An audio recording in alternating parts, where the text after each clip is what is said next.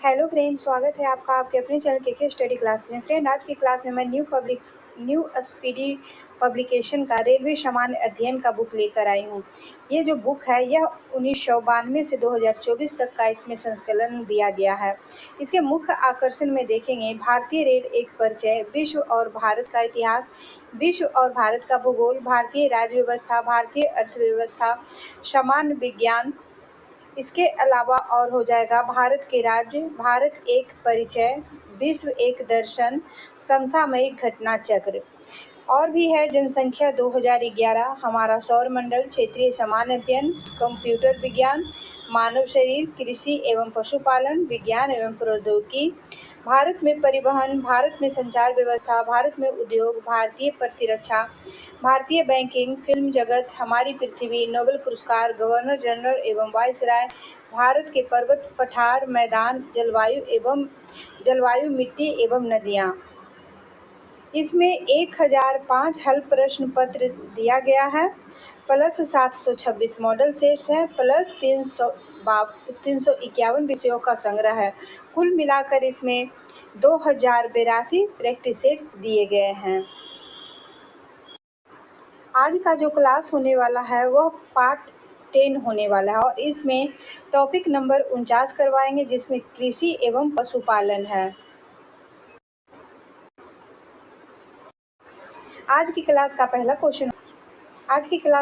Question हो जाएगा, जनगणना 2011 के अनुसार देश का 55% आबादी जीविका के लिए कृषि पर निर्भर है। कृषि 7वीं अनुसूची की राज्य सूची का विषय है।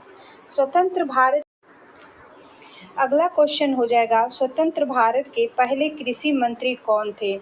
तो यहाँ पे पंजाब राव देशमुख दिया गया है, जो कि गलत है। स्वतंत्र भारत के पहले कृषि मंत्री हो जाएंगे डॉक्टर राजेंद्र प्रसाद। डॉक्टर राजेंद्र प्रसाद जो थे यह स्वतंत्र भारत के प्रथम कृषि मंत्री और खाद्य मंत्री थे। देश में प्रथम कृषि विश्वविद्यालय गोविंद वल्लभ पंत कृषि विश्वविद्यालय की स्थापना 1960 में पंतनगर उत्तराखंड में हुई थी। प्रथम कृषि विज्ञान केंद्र की स्थापना 1974 में पुडुचेरी में हुई थी। प्रथम कृषि विज्ञान केंद्र की स्थापना 1974 में पुडुचेरी में की गई थी। भारतीय कृषि अनुसंधान संस्थान की स्थापना मूल रूप से 1905 में बिहार के पूसा में हुई थी। वर्तमान में भारतीय कृषि अनुसंधान संस्थान पूसा कैंपस दिल्ली में स्थित है। भारतीय कृषि का इतिहास नामक पुस्तक एम.एस. रंधावा द्वारा लिखी गई थी। भारतीय कृषि का इतिहास नामक पुस्तक जो है यह एम.एस. रंधावा के द्वारा लिखी गई थी। विश्व वन दिवस 21 मार्च को मनाया जाता है। हरित क्रांति का विश्व स्तरीय जन्मदाता नॉर्मन ई बोरलॉग जो अमेरिका के थे उनको माना जाता है। बोरलॉग पुरस्कार कृषि क्षेत्र से संबंधित है। भारत में हरित क्रांति की शुरुआत 1967 से 68 ईस्वी में हुई थी। एम.एस. स्वामीनाथन को भारत में कृषि हरित क्रांति का जनक माना जाता है। एम.एस. स्वामीनाथन को भारत में हरित क्रांति का जनक माना जाता है और विश्व में हरित क्रांति का जनक नॉर्मन ई बोरलॉग को माना जाता है। हरित क्रांति का जनक देश जो है यह फिलीपींस हो जाएगा। हरित क्रांति का जनक देश फिलीपींस हो जाएगा।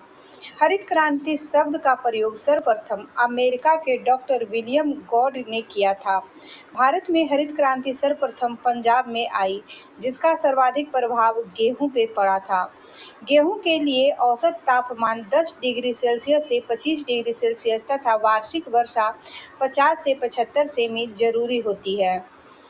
ग्लूटीन नामक प्रोटीन गेहूं में पाया जाता है। गेहूं में पाया जाने वाला प्रोटीन जो है यह ग्लूटीन हो जाएगा। गेहूं उत्पाद में चीन प्रथम स्थान पे है, भारत दूसरे स्थान पे हो जाएगा। गेहूं उत्पादन में अग्रणी राज्य उत्तर प्रदेश है। गेहूं का वास्तविक नाम ट्रिटिकम एस्टिवम हो जाएगा। गेहूं का वनस्पतिक नाम जो है वह ट्रिटिकम एस्टिवम हो जाएगा। सोना, कल्याण, अर्जुन ये सभी गेहूं की किस्में हो जाएंगी। गेहूं में 42 व चावल में 24 गुणसूत्र होते हैं। गेहूं के लिए सबसे उपयुक्त मिट्टी जो है वह जलोढ़ हो जाएगी। गेहूं में vitamin B1, vitamin B2, vitamin B6 पाया जाता है। गेहूं में रस्ट रोग कवक के कारण होता है। चावल का वानस्पतिक नाम हो जाएगा ओराइजा अस्टाइवा।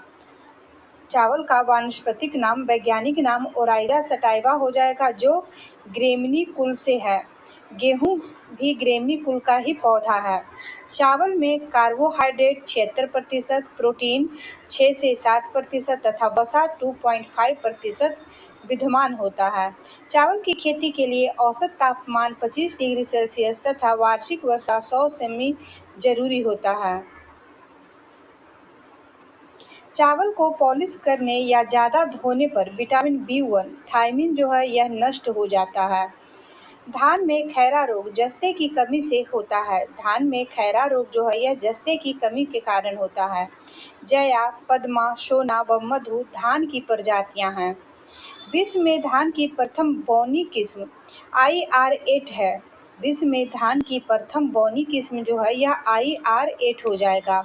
धान की खेती प्रतिरोपित बुआई द्वारा होती है। पूसा 444 बाजरा की प्रजाति है। पूसा 444 जो है यह बाजरा की प्रजाति है।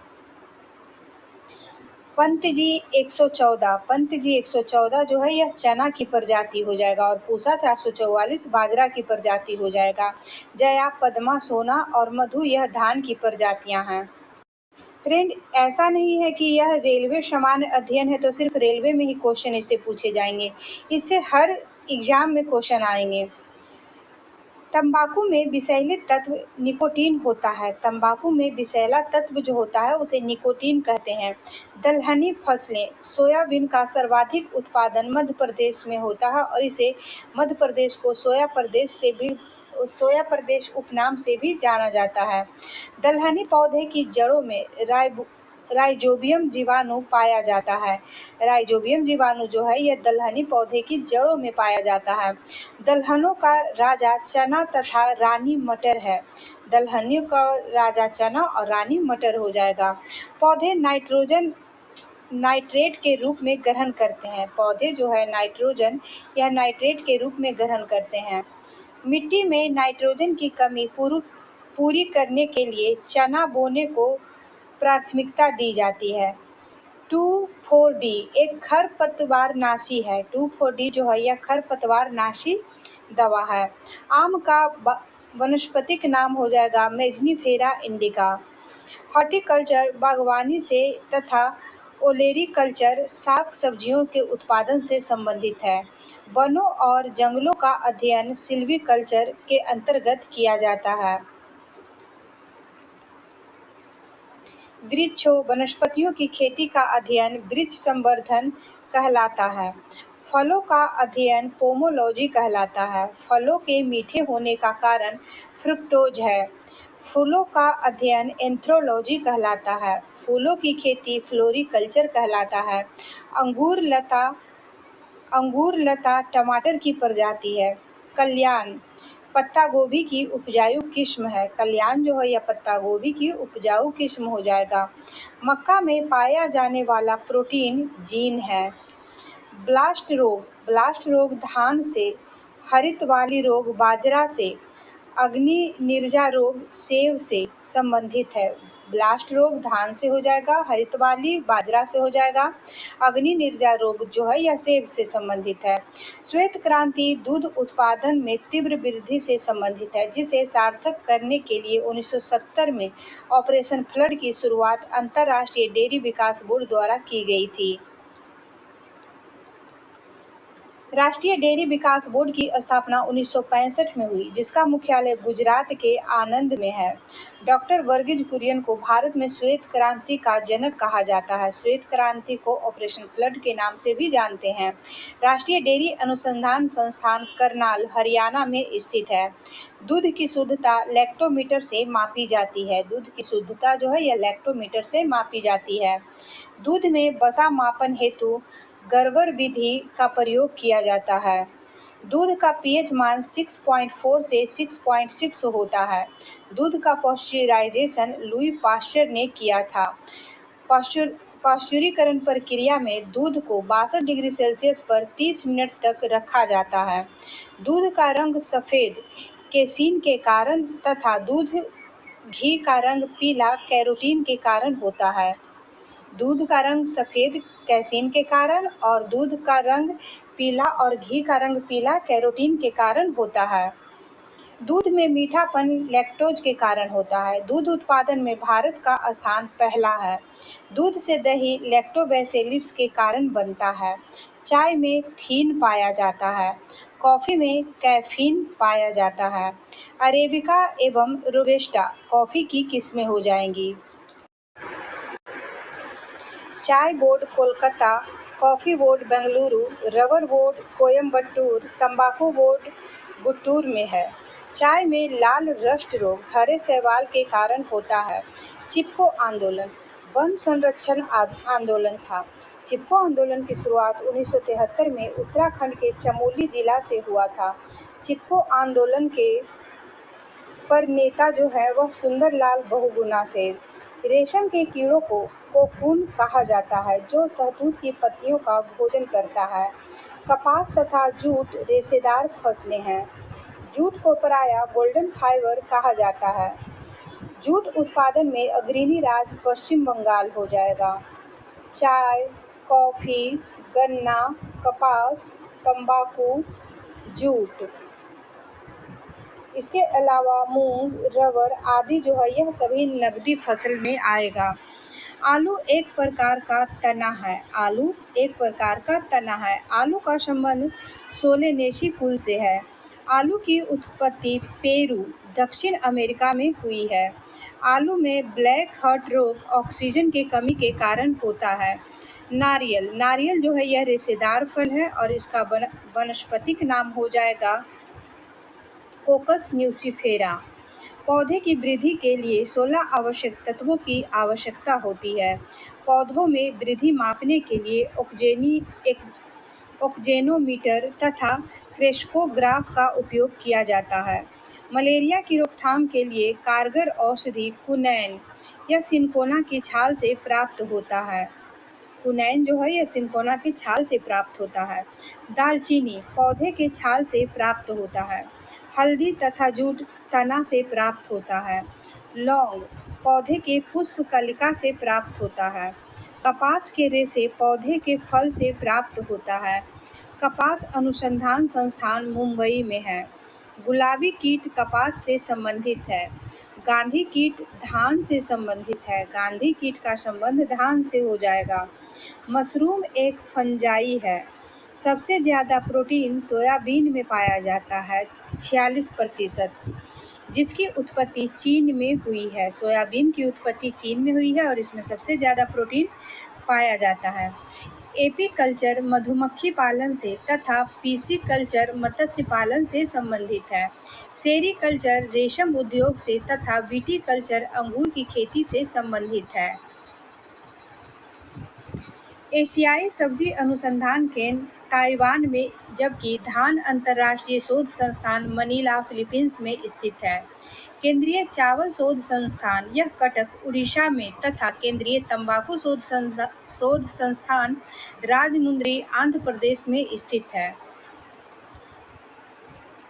राष्ट्रीय कृषि वानिकी अनुसंधान केंद्र झांसी उत्तर प्रदेश में स्थित है। भारत में सिंचाई जो है यह कुओं नलकूपों से होती है। टीका रोग यह मूंगफली से संबंधित है। बंची टॉप रोग यह केला से संबंधित है। टमाटर लाइकोपीन के कारण लाल होता है। टमाटर जो है यह लाइकोपीन के कारण लाल होता है। अल्फांसो एवं आम्रपाली आम की प्रजातियां हैं। आम्रपाली जो है यह दशहरी नीलम का संकलन है। ट्रिटिकेल गेहूं, राई तथा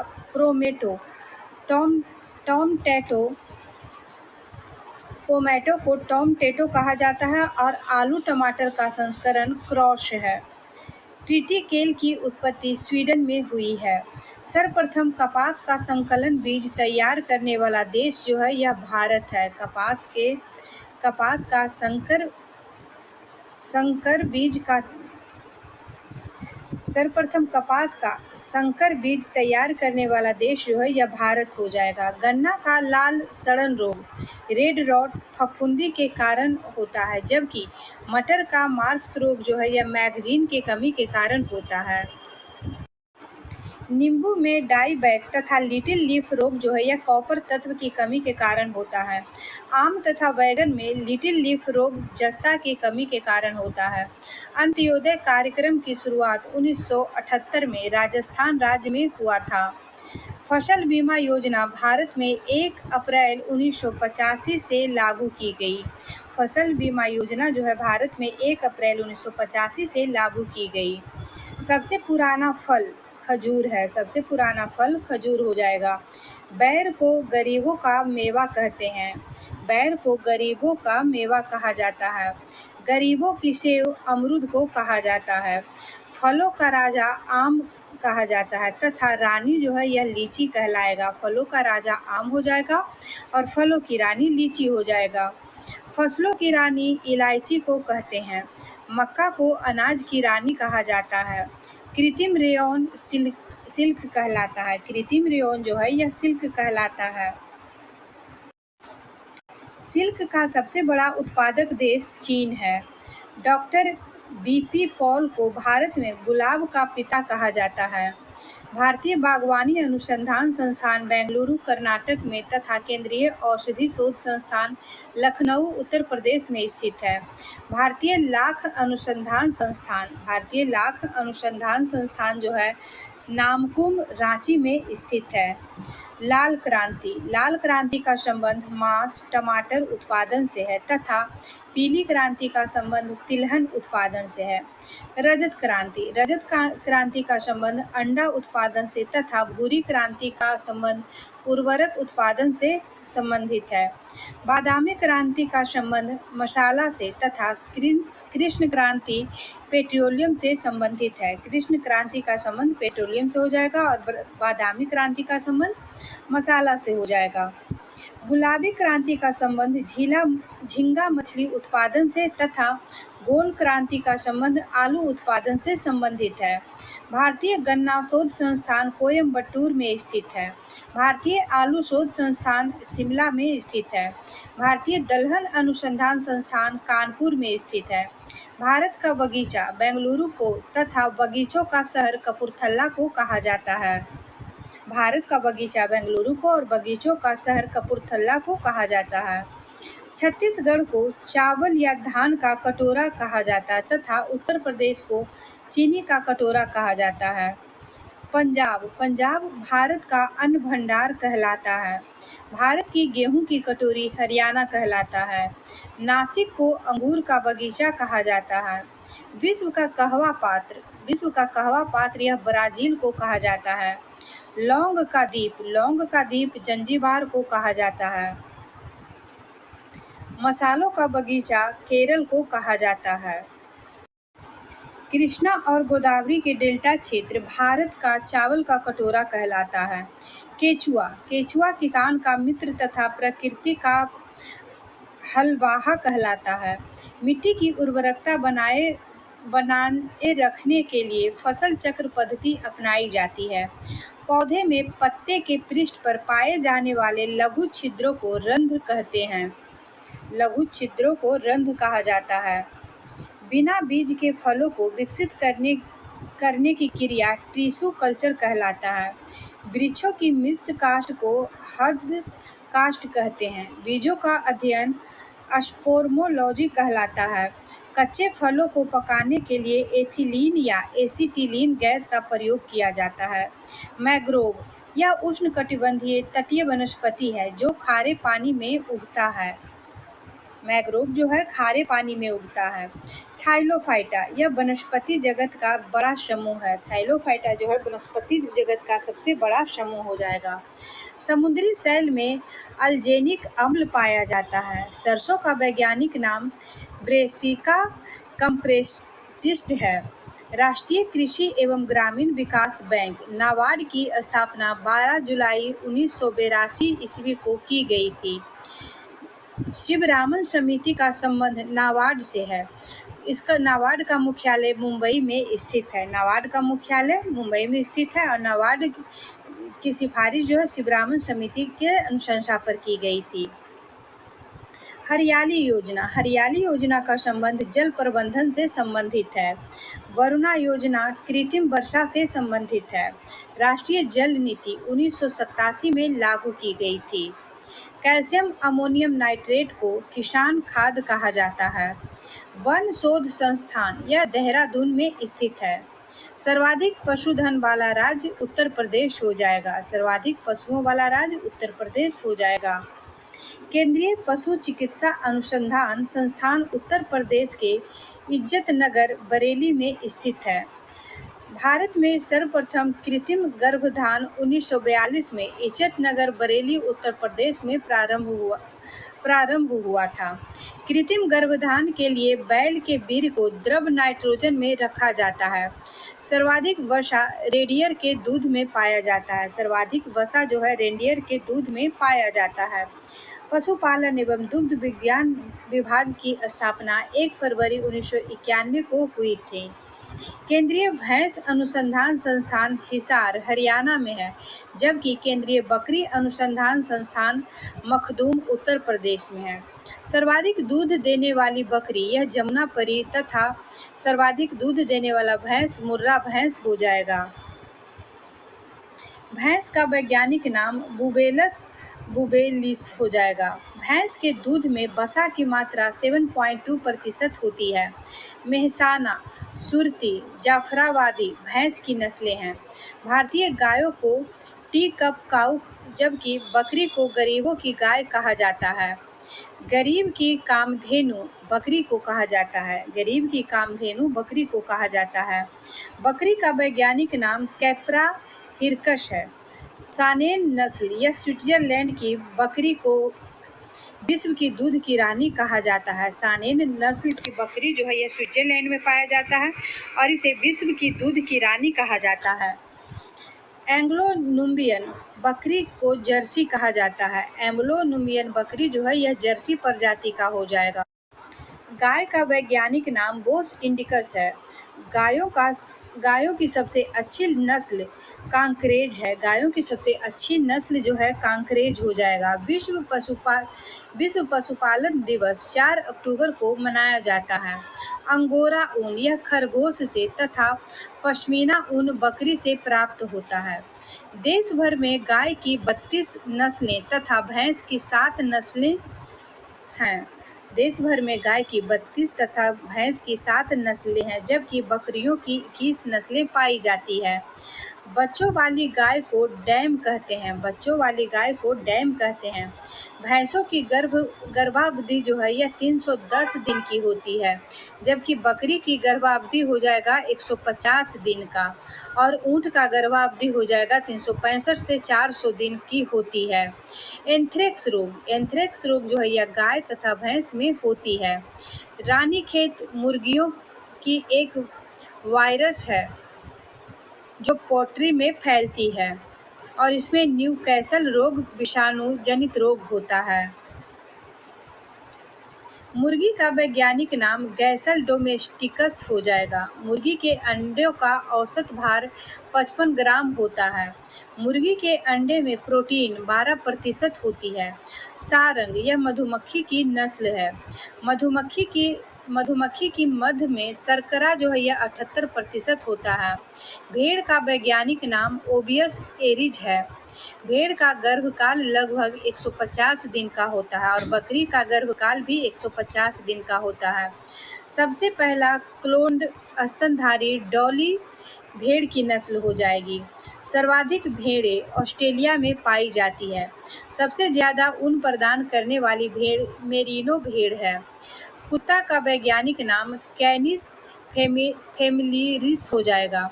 कुत्ता में गुणसूत्र की संख्या जो है 78 होती है। कुत्ते में गुणसूत्र की संख्या 78 होती है। बकरी का मांस सेवन, मटन, गाय का मांस बीफ, बकरी के मांस को चेवन और मटन कहते हैं और गाय के मांस को बीफ कहा जाता है। हिरन के मांस को वेनिसन कहते हैं।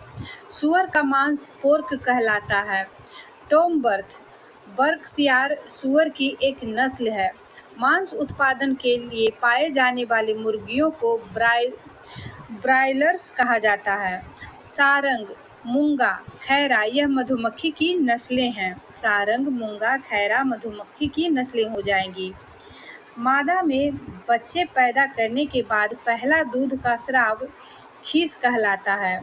मोती पिंक डेटा जंतु से निकलता है। पक्षियों का अध्ययन ऑर्निथोलॉजी तथा कीटों का अध्ययन एंटोमोलॉजी कहलाता है। अमरबेल पूर्ण तथा परजीवी है। अमरबेल जो है यह पूर्ण तथा परजीवी है और इसे कककुटा भी कहते हैं। जीव जातियों के नामकरण व वर्गीकरण का अध्ययन टेक्सोनोमी कहलाता है। जीव जातियों के नामकरण व वर्गीकरण का अध्ययन टेक्सोनोमी कहलाता है। स्तनधारियों में सबसे बड़ी आँख हिरन तथा जंतुओं में शुतुरमुर्ग ऑस्ट्रिच की होती है। स्तनधारियों में सबसे बड़ी आँख जो है हिरन की तथा जंतुओं में शुतुरमुर्ग की होती है, जिसे ऑस्ट्रिच नाम से भी जानते हैं। मच्छरों का समूह स्वार्म कहलाता है। मछलियों का अध्ययन इक्थियोलॉजी कहलाता है। तितलियों का लिप्डोटेरियोलॉजी कहलाता है। मछलियाँ पिसीज वर्ग में आती हैं। मछलियाँ जो है यह पिसीज वर्ग में आती है। मछलियों में श्वसन जो है यह गलफाड़ों द्वारा होता है। मछलियाँ श्वास गलफाड़े के द्वारा लेती है। मछलियों में होने वाले सफ़ेद रोग प्रोटोजोआ के कारण होता है। मकड़ियों का अध्ययन एरेनियोलॉजी कहलाता है। अंडा का बाहरी खोल तथा शंख जो है यह कैल्शियम कार्बोनेट का बना होता है। फ्रेंड, आज के क्लास पार्ट 10 में यहीं तक करवा पाऊंगी। इसके आगे का पार्ट 11 में आएगा। वीडियो अच्छा लगे तो लाइक शेयर सब्सक्राइब कीजिएगा। Thank you.